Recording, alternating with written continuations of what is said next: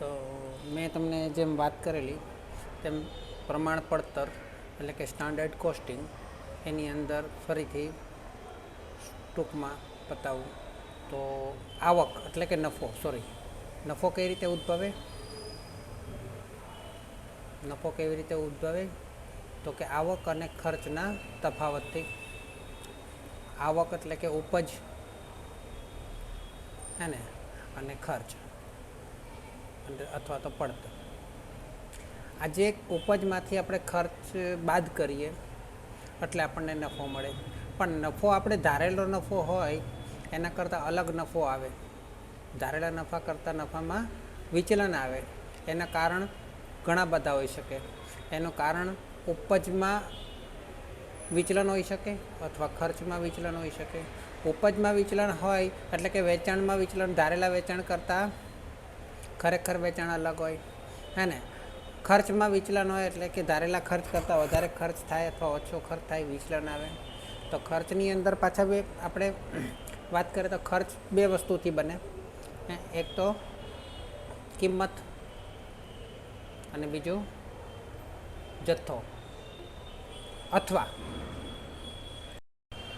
ચલો હવે કિંમત અથવા જથ્થો આ તો વસ્તુની વાત કરીએ તો ખર્ચની વાત કરીએ તો ખર્ચના પાછા પ્રકાર છે મેં તમને વાત કરી તેમ કે ખર્ચની અંદર આમ જોવા જઈએ તો મુખ્ય બે પ્રકાર છે ચલિત ખર્ચ અને સ્થિર ખર્ચ ચલિત ખર્ચની અંદર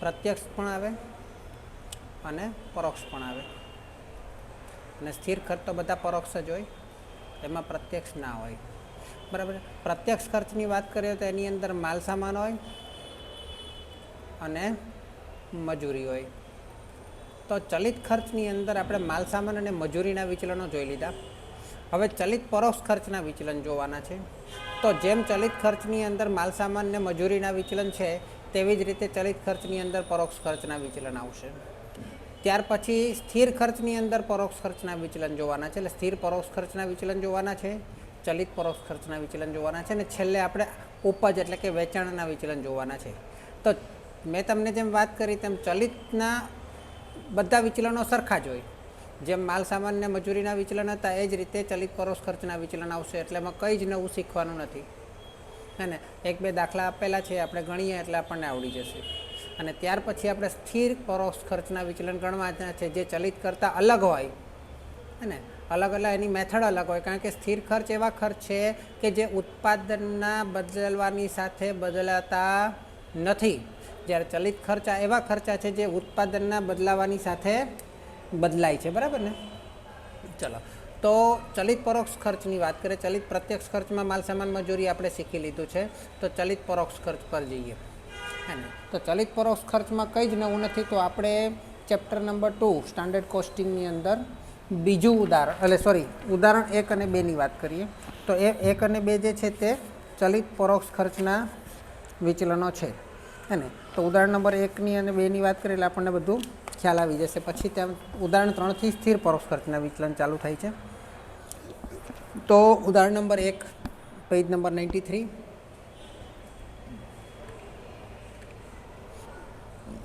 પેજ નંબર 93 એક કારખાનું માર્ચ 2011ના બજેટ પ્રમાણેનું ઉત્પાદન 1000 એકમનું છે હવે અહીં બજેટ શબ્દ આવે તો બજેટ એટલે તમારે ચલિતની અંદર તો બજેટ અને પ્રમાણ બંને સરખું જ સમજવાનું એટલે બજેટ કે પ્રમાણ કહે બંને સરખું જ સમજવાનું પણ સ્થિરની અંદર બજેટ અને પ્રમાણ બંને અલગ અલગ આવશે બરાબર છે સ્થિરની અંદર બજેટ અને પ્રમાણ અલગ અલગ આવશે બરાબર છે ચલો એક કારખાનું બજેટ પ્રમાણેનું ઉત્પાદન 1000 એકમનું છે જ્યારે બજેટ પ્રમાણેના ચલિત પરોક્ષ ખર્ચા 5000 છે આને બે રીતે આપણે ગણી શકશું હવે કલાક આપેલા છે તો દરની રીતે અને કિંમત આપેલી હોય તો જથ્થાની રીતે આપણે જથ્થો આપેલો હોય તો કિંમતની રીતે બજેટ પ્રમાણે ચલિત પરોક્ષ ખર્ચ આપેલો છે 5000 ચલિત પરોક્ષ ખર્ચ 5000 છે એટલે ખર્ચ પ્રમાણ બજેટ પ્રમાણે છે એટલે 5000 એકમનો આપણે કુલ ખર્ચ થાય છે કેટલા એકમના ઉત્પાદન કરવા માટે? તો 1000 એકમના ઉત્પાદન કરવા માટે, હે ને? તો એકમ દીઠ ખર્ચ કેટલો થશે? એટલે એકમ દીઠ ખર્ચ એટલે કે આપણી સ્ટાન્ડર્ડ પ્રાઇસ. સ્ટાન્ડર્ડ પ્રાઇસ કેટલી થશે? 5000 ભાગ્યા 1 કરો જોઈએ. 5000 ભાગ્યા 1 કરો જોઈએ. સ્ટાન્ડર્ડ પ્રાઇસ કેટલી? અરે સોરી, 1000. એટલે સ્ટાન્ડર્ડ પ્રાઇસ કેટલી થશે? 5 રૂપિયા. બરાબર છે. પછી એકચ્યુઅલ પ્રાઇસ આપણે શોધવાની છે. પછી સ્ટાન્ડર્ડ જો જથ્થો આની અંદર એવું કંઈ નથી કીધું, એટલે ક્વોન્ટિટી જ સમજી લઈએ અને એકચ્યુઅલ ક્વોન્ટિટી સમજી લઈએ. ઓકે. બીજું આગળ આપેલું છે ખરેખર ઉત્પાદન 1100 એકમનું થયું છે. ખરેખર ઉત્પાદન આપણે 1100 એકમનું થયું છે, હે ને? તો આપણે એમ બી 1100 એકમના ઉત્પાદન માટેની જ ગણતરી કરવાની હોય, એટલે સ્ટાન્ડર્ડને પણ આપણે 1100માં કન્વર્ટ કરવા પડે.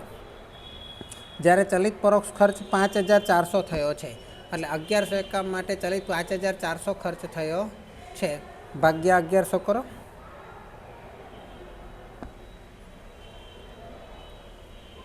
5400 ભાગ્યા 1100 કરો. અરે અહીંયા 5400 ભાગ્યા 1100 કરો. કેટલા આવે છે? 5 નહીં 4.9. 4.90.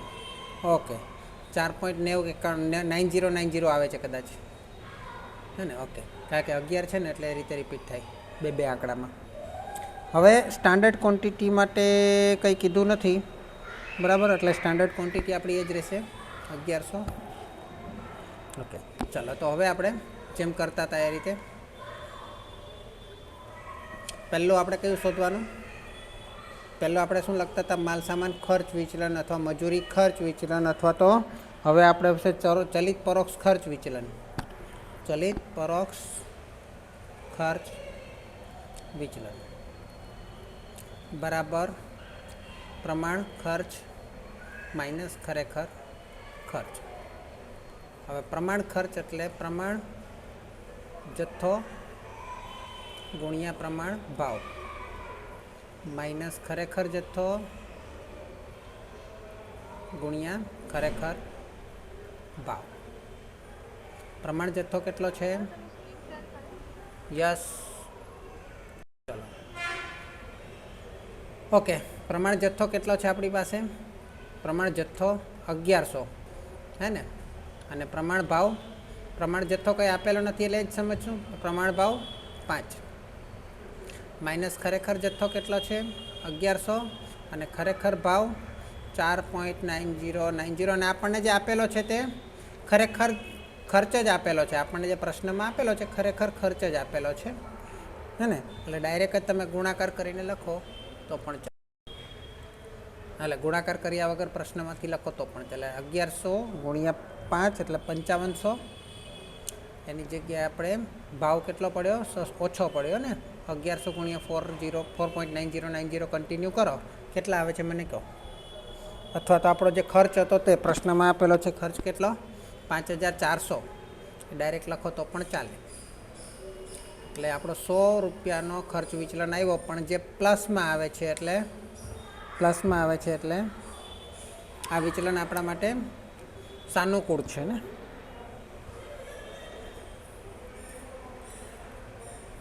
બરાબર છે, કંઈ નહીં. ઓકે, ઉદાહરણ નંબર 2, પેજ નંબર 94. એક કારખાનામાં જાન્યુઆરી 2011 માટેનું બજેટ અને ખરેખર આંકડા નીચે મુજબ છે. બજેટ મુજબ ઉત્પાદન 300. હવે આપણે છે ને શબ્દ લખી દઈએ જરા, કારણ કે આની અંદર 3 શબ્દ આપેલા છે: બજેટ, પ્રમાણ અને ખરેખર. બરાબર છે. પેલા રકમ આપણે પ્રશ્ન ઉતારી દઈએ. હવે બજેટ અને પ્રમાણમાં શું ફરક છે એ પણ તમને હું સમજાવી દઈશ. હવે પેલું આપણને આપેલું છે ઉત્પાદન. તો બજેટ મુજબનું ઉત્પાદન કેટલું કીધેલું છે? 300 એકમો. બજેટ મુજબ ચલિત પરોક્ષ ખર્ચા ટોટલ ખર્ચા આપેલા છે, કેટલા આપેલા છે? 6000. પછી એક એકમના ઉત્પાદન માટેનો પ્રમાણ સમય આપેલો છે 20 કલાક. હવે સમય જે છે ને એ સમય પ્રમાણનો અને બજેટનો સરખો જ હોય, એ યાદ રાખજો. પછી મહિનાનું ખરેખર ઉત્પાદન 250 કિલો. ઉત્પાદનની વાત કરીએ તો ઉત્પાદન જે છે ને ખરેખરનું ને પ્રમાણનું સરખું હોય. જેમ આપણને આગલા દાખલામાં પણ 1100 લઈ લીધેલા ને, જો આ રીતે હોય તો દાખલામાં હોય તો. મહિના દરમિયાન થયેલ ખરેખર કલાકો કેટલા છે? 7000. સમય નહીં, પેલું શું? પ્રમાણ સમય. અચ્છા, 20 કલાક પ્રમાણ સમય આપેલો છે, કંઈ નહીં. અને ઉત્પાદન માટેનો સમય કેટલો છે? ઉત્પાદન માટેનો સમય 7000 કલાકો. એટલે આ પ્રમાણ સમય આપેલો છે, 20 કલાકનો ભાવ આપેલો છે, એટલે આ 7000 કલાકો છે ખરેખર.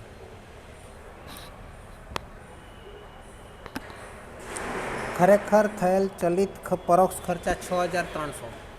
ખરેખર થયેલ ખર્ચો કેટલો છે? 6300.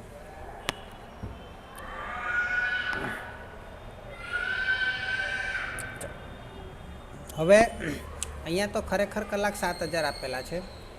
હવે આપણને પ્રમાણ સમય કેટલો આપેલો છે? એકમ દીઠ સમય, પ્રમાણ સમય એટલે એક એકમના ઉત્પાદન માટેનો સમય કેટલો આપેલો છે? એકમ દીઠ ક્યાં ગયું? એક એકમના ઉત્પાદન માટેનો પ્રમાણ સમય 20 આપેલો છે, એટલે એક એકમ માટે 20 આપેલો છે કલાક. હવે આપણે કેટલું ઉત્પાદન થાય છે? 300. તો આપણે 300નું ઉત્પાદન થતું હોય તો 20 કલાક જે છે હે ને, તો 20 કલાક ગુણ્યા 300 એટલે કેટલો થશે ટોટલ સમય?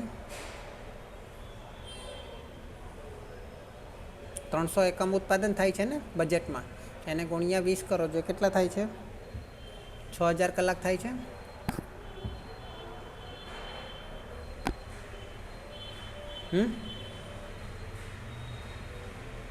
હેલો, હા, અહીંયા એકમ દીઠ સમય છે. એકમ દીઠ સમય મેં તમને પહેલાં લખેલું હતું 20, પાછું લખી દઉં છું કે એ પ્રમાણમાં ને બજેટમાં સમાન જ હોય. અને પ્રમાણની અંદર 250 એક ઉત્પાદન ગણશું, કારણ કે ખરેખર જે હોય ને ઉત્પાદન તે પ્રમાણનું ઉત્પાદન, બંનેનું આ સરખું હોય અને અહીંયા બંનેનું આ સરખું હોય. એટલે 250 ગુણ્યા 20 કરો કેટલા થાય? 5000 કલાકો કુલ કલાકો, બરાબર. ચલો હવે આપણે વિચલનો જોઈએ. તો વિચલન જોતાં પહેલાં આપણે અમુક વસ્તુ આપણે જોઈએ છે. શું જોઈએ છે? કલાક આપેલા છે તો કલાક પ્રમાણે ગણીએ, અને એકમ આપેલા હોય તો એકમ પ્રમાણે ગણીએ. બોલો કઈ રીતે ગણીએ? બંને રીતે થાય. ને કલાક પ્રમાણે ગણવું હોય તો standard rate, actual rate, standard hours અને એકચ્યુઅલ અવર્સ. અને એકમ પ્રમાણે ગણવું હોય તો standard cost, actual cost, standard quantity અને એકચ્યુઅલ ક્વોન્ટિટી. ત્યારે જથ્થાની વાત આવે. બોલો કયું ગણવું છે? હા બોલો. કુલ કલાકો આ પહેલાં એકમ દીઠ આપણે એક એકમ માટે 20 કલાકની જરૂર પડે, તો 300 એકમ બનાવવા માટે કેટલા કલાકની જરૂર પડે? એક એકમ બનાવવા માટે 20 કલાક. હા, એકમ દીઠ કલાક મેં તમને સમજાવવા માટે લખેલા છે કે એ જે છે તે પ્રમાણના જે હોય ને, ખરેખર આપણને એમાં પ્રમાણ શબ્દ આપેલો. શું શબ્દ આપેલો છે? પ્રમાણ શબ્દ આપેલો છે ને. તો આપણે તો 20 આમાં જ લખાય ને, પ્રમાણની નીચે લખાય ને. પણ ખરેખરની અંદર પણ એ જ કલાક સમજવાના, એમ કહું છું મેં. હવે પેલા બજેટની અંદર પણ, અને એના પ્રમાણે આપણને આ 6000 મળશે, 6000 કલાક. बराबर है। ओके, हवे उत्पादन आपने 3 मळी गयुं छे। उत्पादन प्रमाणे दर, तो कि दर शोधवो पड़शे। हजू दर आपणे शोधवानो बाकी ने, एटले कॉस्ट, एकम दीठ खर्च एटले एकम दीठ कॉस्ट शोधवानी बाकी ने। चलो हवे एकम दीठ कॉस्ट कई रीते मळशे? तो आपणे कुल खर्च मळेलो छे, कुल खर्च आपेलो छे ने। हवे आमां पहेलामां कुल खर्च केटलो थयो छे? 6000 અને પહેલામાં 6300। તો ઉત્પાદન સાથે એકમ દીઠ આપણે જોઈ લઈએ એકમ દીઠ ખર્ચ, ચલિત ખર્ચ એટલે એકમ દીઠ મળે ને। 6000 ભાગ્યા 300 કરો, એકમ દીઠ ખર્ચ કેટલો? 6000 ભાગ્યા 300 એટલે એક એકમનો ખર્ચ 20 રૂપિયા। અને અહીંયા આપણે ખરેખર ખર્ચા કેટલા થયા? 6300 અને 6300 ભાગ્યા 250 કરો એટલે એકમ દીઠ ખર્ચ કેટલો થાય?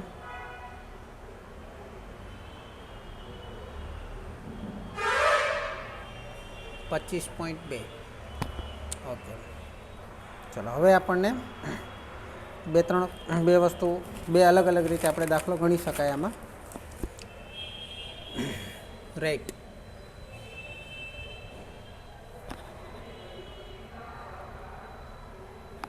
चलो स्टैंडर्ड आपणे रेटनी बात करिए तो स्टैंडर्ड रेट केटलो छे? 20। एक्चुअल रेट केटलो छे? तो कि एक्चुअल रेट आपणे शोधवो पड़शे। आ 6300, अरे सॉरी, अहींया आपणे जोईशे ने 7000 भाग्या 250। 7000 कलाक 7000 कलाक जे छे ए 250 एकम माटे लाग्या એટલે એક એકમ 250 એકમ માટે 7000, તો એક એકમ માટે કેટલા? એક એકમ માટે કેટલા? 7000 ભાગ્યા 250 करो એટલે અહીંયા 7000 ભાગ્યા 250 28 આવે છે। ઓકે, એટલે एक्चुअल रेट આપણો 28 કલાકમાં। અને અહીંયા આપણે વાત કરીએ તો સ્ટાન્ડર્ડ અવર કેટલા કલાક જોઈએ આપણે? 6000।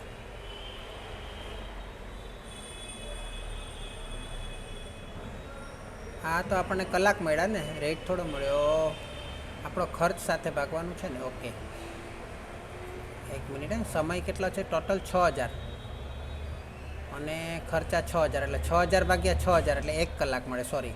અને અહીંયા 6300 ભાગ્યા 7000, અને આપણે તો આપણે રેટ એટલે કે એકમ દીઠ કેટલા રૂપિયા ખર્ચવા પડે તે જોઈએ ને। તો કુલ ખર્ચ કેટલો થયો આપણો? કુલ ખર્ચ બજેટ પ્રમાણે 6000 ને, અને એના માટે સમય કેટલો લાગ્યો? 6000 કલાક એટલે 1 કલાકના કેટલા રૂપિયા થયા? 1 રૂપિયો થયો ને। 6000 ભાગ્યા 6000, 6000નો ખર્ચ રૂપિયા અને 6000 કલાક એટલે 1 કલાકના કેટલા થયા? 1 રૂપિયો થયો। બોલો। अच्छा, अहींया 6300 खर्च थयो અને એને ભાગ્યા 7000 કલાક થયા, તો 1 કલાકના કેટલા થયા? 1 કલાકનો રેટ કેટલો થયો? 0.9, 9 સત્તા 63। અને एक्चुअल અવર આપણે કેટલા લીધા? અહીંયા 6000 કલાક નથી લીધા। एक्चुअल કલાક આપણે કેટલા લીધા? 7000। અને પ્રમાણ કલાક આપણે કેટલા લીધા? હવે અહીંયા પ્રમાણમાં આપણે ફેરવી દીધું, પ્રમાણ કલાક જ લેવાના, અહીંયા 5000। बराबर है। अथवा कॉस्टनी दृष्टिए जोईए तो कॉस्टनी दृष्टिए तो एकम दीठ खर्च केटलो थयो?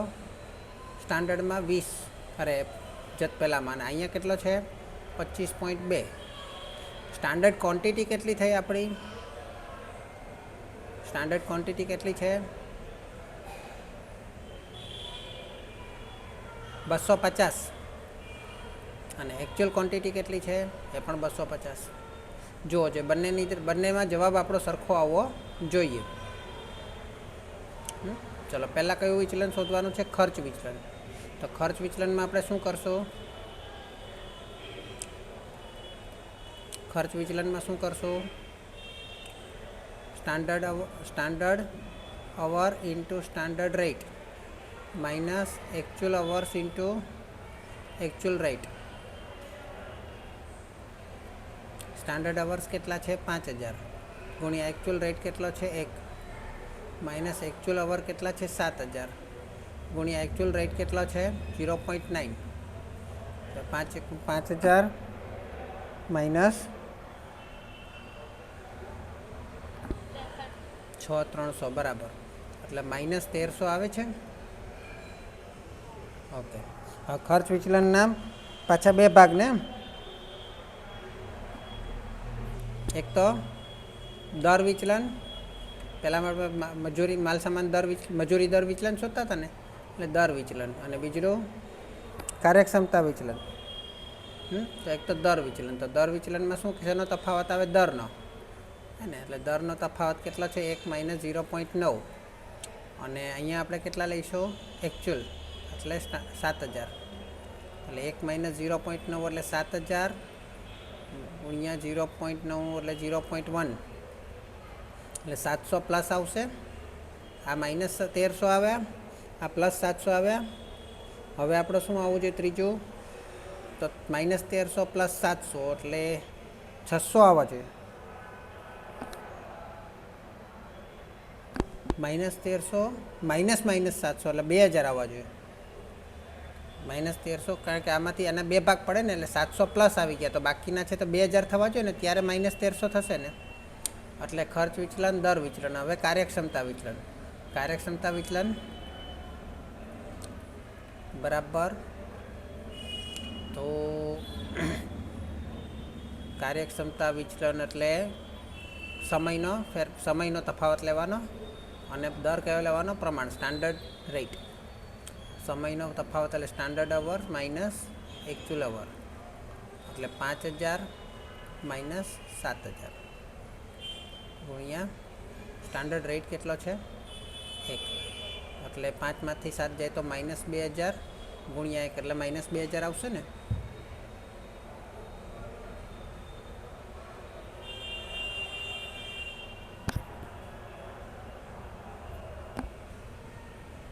बोलो आ थई गयुं तमारुं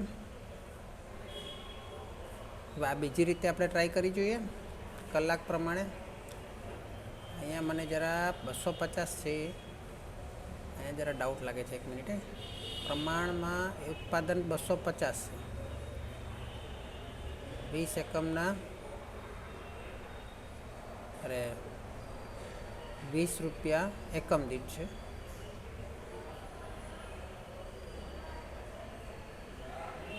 कलाक छे आ तो एकम दीठ समय है एकम दीठ खर्च 20 रुपया 20 गुणिया 300 अहींया 5000 कलाक है जोई लीए चलो ने आमां 250 में मने आ जग्या पर स्टैंडर्ड क्वॉंटिटी में जरा डाउट है आपणे उत्पादन तो 250 नुं ज करवानुं छे। बीजी रीते जोईए तो खर्च विचलन एटले standard quantity into standard cost minus actual quantity into actual cost standard quantity 250 गुणिया 20 minus actual quantity 250 गुणिया 25.2 बोलो केटला आवे छे 25 × 2 = 50 आ तो 5000 आव्या आ केटला आवे छे 250 गुणिया 25.2 6300 આવી ગયા ને चलो आ तो આવી ગયું છેલ્લું મને છેલ્લામાં डाउट लागे छे चलो दर विचलननी जग्याए अहींया भाव विचलन कही शकाय ने तो भाव विचलનમાં શું કરશો भावनो विचलन लेवानो એટલે જથ્થો एक्चुअल लेवानो 250 અને ભાવનું વિચલન એટલે 20 માઇનસ 25.2 એટલે standard cost minus actual cost 250 20 માંથી 25.2 જાય તો માઇનસ 5.2 કેટલા આવે છે આ નથી આવતું ને આ નથી આવતું પણ આ તો દર વિચલન છે ને આ ભાવ વિચલન છે એટલે નહીં જ આવે ને કેટલો છે જવાબ 1300 આવે છે આ ભાવ વિચલન છે એટલે આપણે તો દર વિચલન શોધવાનું છે ને પ્રશ્નમાં. ચૂકવણી વિચલન એટલે દર વિચલન આવે. કલાક પ્રમાણે કેટલી ચૂકવણી કરો છો તે. અને માલસામાનની દ્રષ્ટિએ પૂછે તો આ રીતે આવે. અને આની અંદર ભાવ વિચલન છે એટલે આમાં કાર્યક્ષમતાની જગ્યાએ વપરાશ વિચલન આવે. તો વપરાશ વિચલનમાં એમાં તો જીરો આવશે. અને જીરો જ આવે ને, કાંઈક આ -1300 છે ને આ +13, આ બી -1300 છે હે ને, એટલે -1300 એટલે પ્લસ થઈ જશે. તો વપરાશ વિચલન બરાબર, તો વપરાશ એટલે કે જથ્થાનું વિચલન ગુણ્યા પ્રમાણ ભાવ, standard cost, standard price, sorry આપણે કોસ્ટ લખ્યું છે, પ્રાઇસ લખાય. તો standard quantity minus actual quantity. Standard quantity 250, actual quantity પણ 250, એટલે સ્ટાન્ડર્ડ પ્રાઇસ કેટલી છે 20. પણ એ તો 0 થઈ જાય ને, એટલે 20 ગુણ્યા 0 એટલે 0. એટલે આ બંનેનો તાળો મળે છે, બરાબર. પણ આપણને આ લોકો દર મીન્સ કે ચૂકવણી દર વિચલન કીધું છે, એટલે દર શબ્દ આવે એટલે ચૂકવણીમાં મજૂરીની જેમ આપણે કરવાનું, કલાક પ્રમાણે ગણવાનું, બરાબર. આજે આપણે પહેલું આપણે ગણ્યું ને તે રીતે. ખર્ચ વિચલન તો તમને મળી જાય બંને રીતે. ખર્ચ વિચલન તો બંને તમને 1300 -1300 મળી જશે. ઓકે, જે વાત છે તો એની અંદર 3 શબ્દો છે. એક તો બજેટ ટાઈમ, બજેટ ટાઈમ, બરાબર છે. બીજું છે સ્ટાન્ડર્ડ ટાઈમ, અને ત્રીજું છે એકચ્યુઅલ ટાઈમ,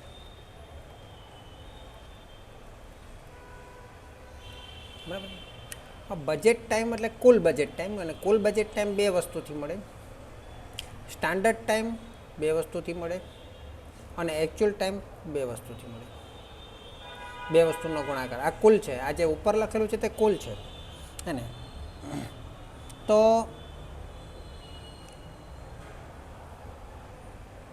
ઉત્પાદન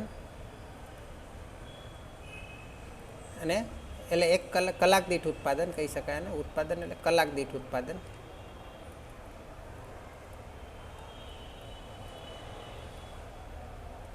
બરાબર છે. અને અહીંયા આપણે લઈશું કલાક.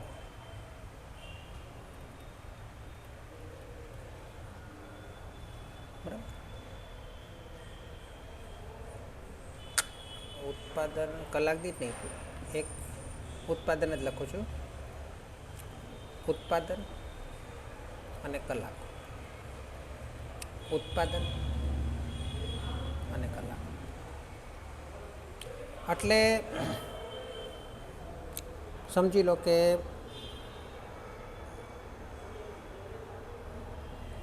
આપણે બજેટ ટાઈમની અંદર આપણે નક્કી કર્યું કે આપણે 10 એકમનું ઉત્પાદન થશે, બરાબર છે.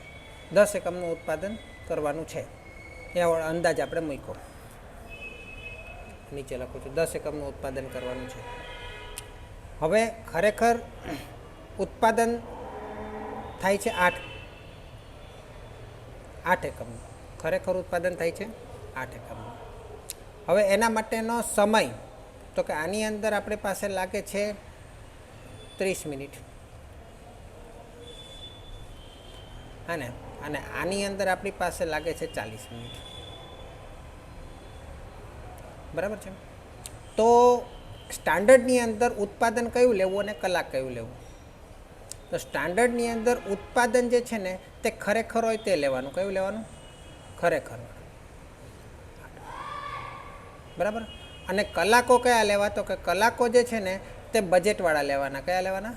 બજેટવાળા. બજેટ કલાકો. બજેટ કલાકો કેટલા નક્કી કર્યા? એટલે કે આપણે 10 એકમનું ઉત્પાદન મીન્સ કે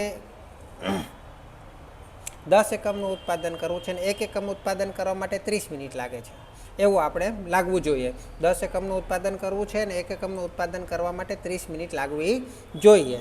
તો પ્રમાણ સમય તો 30 મિનિટ જ નક્કી થઈ ગયો. પ્રમાણ સમય તો 30 મિનિટ જ નક્કી થઈ ગયો, પણ એ 30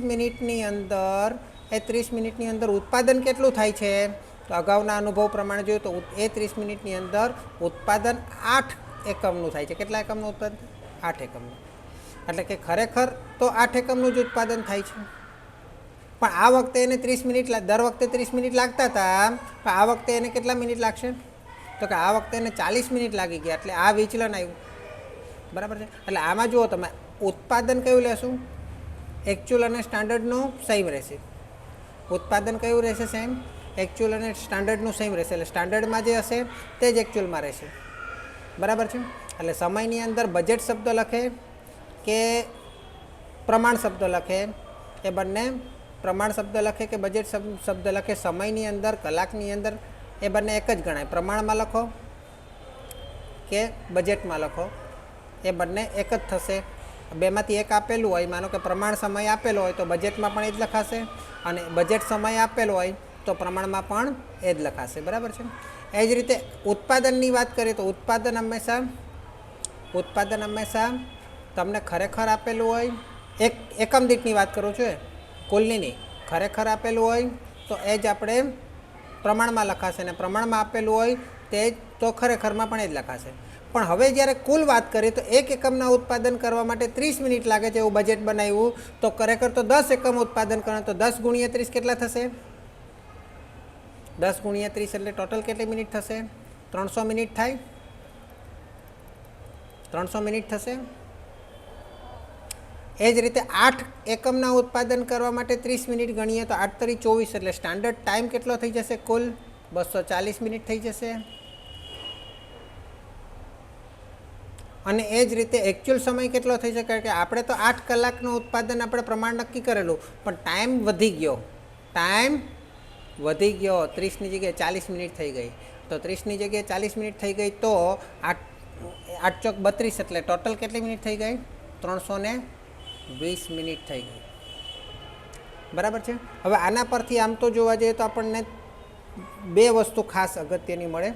એક તો કાર્યક્ષમતા, અને બીજું મળે આપણને કેપેસિટી. એટલે કેપેસિટીને શું કહીશું? આને કાર્યક્ષમતા એટલે એફિશિયન્સી, અને આને કહીશું આપણે કેપેસિટી. એટલે કુલ ક્ષમતા, આને કુલ ક્ષમતા કહી શકાય, અને આને કાર્યક્ષમતા, ખરેખર કરેલી કાર્યક્ષમતા કહી શકાય. તમને કેપેસિટી કેટલી આપવામાં આવી છે ને તમે કેટલું કરો છો. હવે એફિશિયન્સી એટલે, હવે આમાં આપણે કુલ રકમનો, આપણે કુલ જે મિનિટ આપણે શોધી ને, કે જે કામ કરવા માટે બંનેમાં 8 તો કોમન છે, 8નું ઉત્પાદન કરવા માટે તફાવત કોનો આવશે? હે ને? તો કાર્યક્ષમતા કેનાથી નક્કી થશે? અહીં મિનિટની વાત છે, એટલે અહીંયા આપણને ગુણોત્તર મળશે. હે ને? તો કાર્યક્ષમતા નક્કી કરવા માટે આપણે સ્ટાન્ડર્ડ ટાઈમ અને એકચ્યુઅલ ટાઈમ, એટલે કે પ્રમાણ સમય અને ખરેખર સમયનો ગુણોત્તર લેવો પડે. અને આપણે 240 મિનિટ નક્કી કરેલી, પણ 320 મિનિટ થઈ, તો કેટલા ટકા કાર્યક્ષમતા ગણાય? તો કે 240 મિનિટની જગ્યાએ 320 મિનિટ થઈ, તો કેટલા ટકા કાર્યક્ષમતા ગણાય? આપણે શું વધારે જોઈતું હતું? તો કે આપણે સ્ટાન્ડર્ડ ટાઈમ કરતાં એકચ્યુઅલ ટાઈમ ઓછો જોઈએ, પણ થઈ ગયો વધારે. જે ઓછો જોઈએ તે છેદમાં લખાય, જે વધારે જોઈતો હોય તે અંશમાં લખાય. હે ને? તો 240 ભાગ્યા 320 ગુણ્યા 100 કરો, જે કેટલા ટકા કાર્યક્ષમતા થઈ? 75%. Very good. અને કેપેસિટીની વાત કરીએ તો કેપેસિટી એટલે શું? તો કે કેપેસિટી એટલે તમને ખરેખર જેટલો સમય આપવામાં આવ્યો હતો, ખરેખર જે તમે સમય લીધો એ તમારી કેપેસિટી. બજેટ ટાઈમ એટલે 300 મિનિટ આપણે નક્કી કરી, એની જગ્યાએ 320 મિનિટ થઈ. આમાંથી આપણે કઈ વધારે જોઈએ? તો કે 300 મિનિટ નક્કી કરેલી હતી, એની જગ્યાએ તમારે જરૂરત છે 320 મિનિટની, એટલે તમારી જરૂરત અહીં લખવાની, તમારે કેટલી કેપેસિટીની જરૂરત છે. તો જરૂરત તો તમને જેટલી વધારે મળે તેટલી સારું ને. 320 એટલે તમારું આ જે કેપેસિટી અને એમ જોવા જઈએ તો ગુજરાતી કરવા જઈએ તો કેપેસિટી એટલે બી કાર્યક્ષમતા જ થાય અને એફિશિયન્સી એટલે બી ક્ષમતા થાય. પણ અહીંયા જે તમારે આપવાનું છે તે કાર્યક્ષમતા એટલે તમારે જે આપવાની છે તે એફિશિયન્સી, અને કેપેસિટી એટલે તમને જે આપવામાં આવે છે તે. હવે તમને જે આપવામાં આવે તો તમને શું જોઈએ વધારે? બજેટ વધારે જોઈએ કે ખરેખર વધારે જોઈએ?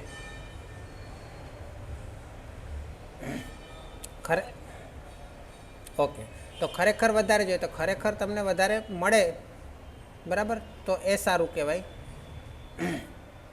તો 300 સોરી આપણે શું નામ લખવાનું? ખરેખર સમય એટલે કે 320 મિનિટની સામે તમને 300 મિનિટ આપેલી છે. તો કેટલા ટકા તમને આપેલી છે? અચ્છા, તમે સોરી 300 મિનિટ આપેલી છે, એની જગ્યાએ 320 મિનિટ તમે લીધી, બરાબર. તો તમે કેટલા ટકા તમારી કેપેસિટી છે? ભાગાકાર કરો. મારા વાક્ય બોલવામાં જરાક ભૂલ થાય છે. 106.66%. હા, એટલે 67 લખી દો, હે ને? એટલે 167% કેપેસિટી થાય છે. એટલે આ કેપેસિટીને આપણે તમારે જે સ્થિર પરોક્ષ ખર્ચના આપણે જે શોધવાના છે ને, એની અંદર આપણે બે શબ્દ ખાસ આવશે, કાર્યક્ષમતા અને એક આવશે કેપેસિટી. અને તમને બજેટની સામે ખરેખર વધારે હોય તો સારું પડે. તમને જે આપેલી વસ્તુ, તમને જે આપવામાં આવે તે વધારે સમય આપવામાં આવે તો સારું પડે એમ, બરાબર છે. અને સ્ટાન્ડર્ડ ટાઈમ કરતાં તમારો ખરેખર સમય ઓછો હોય તો સારું પડે, બરાબર છે.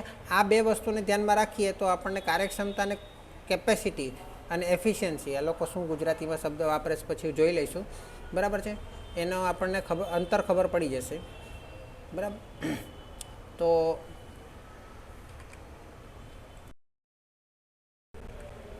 કે કેપેસિટી એટલે કે ઉત્પાદન શક્તિ. ઉત્પાદન શક્તિ તમને 300 મિનિટમાં કામ થવા માટેની આપે અને 320 મિનિટમાં કામ કરવાની આપે. તો ઉત્પાદન શક્તિ ખરેખર વધારે હોય તે સારું કે ઓછી હોય તે સારું? એના માટે વધારે સમય ઉત્પાદન કરી શકે, તમારી ઉત્પાદન શક્તિ વધારે સમય કામ કરી શકે, તમારી કેપેસિટી વધારે સમય કામ કરી શકો તે સારું, કે તમે ઓછા કલાકમાં થાકી જાઓ તે સારું? અહીંયા તમારી કેપેસિટીની વાત છે, તો તમે કેપેસિટી, તમારી કેપેસિટી અને એફિશિયન્સી અહીંયા બંને વિરોધાભાસ છે. અને એફિશિયન્સી એમ બતાવે તમે કેટલા વધારે કલાક કામ કરી શકો, એટલે ઓછા સમયમાં કેટલું કામ કરી શકો, ઓછા સમયમાં વધુ કાર્ય, હે ને? જ્યારે કેપેસિટી શું બતાવે છે કે તમારે કેટલું વધુ સમય કામ કરી શકો, કેટલા વધુ સમય કામ કરી શકો. એટલે કેપેસિટીને તમે આમ પેલો આપણે શબ્દ વાપરીએ ને, સ્ટેમિના શબ્દ વાપરીએ ને, સ્ટેમિના શેના માટે વપરાય? કે વધુ ખૂબ ને ખૂબ સમય સુધી તમે કાર્ય કર્યા જ કરો તો સ્ટેમિના કહેવાય. તો કેપેસિટીની જગ્યાએ તમે સ્ટેમિના શબ્દ યાદ રાખશો ને તો તમને ધ્યાન પડી જશે. કેપેસિટી એટલે સ્ટેમિનાની વાત છે, કે કેટલો વધારે કલાક કામ કરી શકો. અને એફિશિયન્સી શું કહે છે કે ઓછા સમયમાં વધારે કાર્ય કરવાનું. અહીંયા સમય ઓછો હોવો જોઈએ. એફિશિયન્સીની અંદર સમય ઓછો હોય તો સારું, અને સ્ટેમિનાની અંદર સમય વધારે હોય તે સારું. આ બસ આટલું જ યાદ રાખવાનું છે. સ્ટેમિના એટલે કેપેસિટીની અંદર સમય વધારે હોય તો સારું. અને ઉપરની વસ્તુ એ યાદ રાખવાની કે પ્રમાણ અને બજેટની અંદર શું સરખું હોય? પ્રમાણ અને બજેટની અંદર શું સરખું હોય? એકમ દીઠ કલાક, કુલ કલાક નહીં, બરાબર છે. ચાલો, અને પ્રમાણ સમય અને ખરેખર સમયમાં શું કોમન હોય? તો કે એકમ દીઠ ઉત્પાદન. શું કોમન હોય? એકમ દીઠ ઉત્પાદન. ક્લિયર?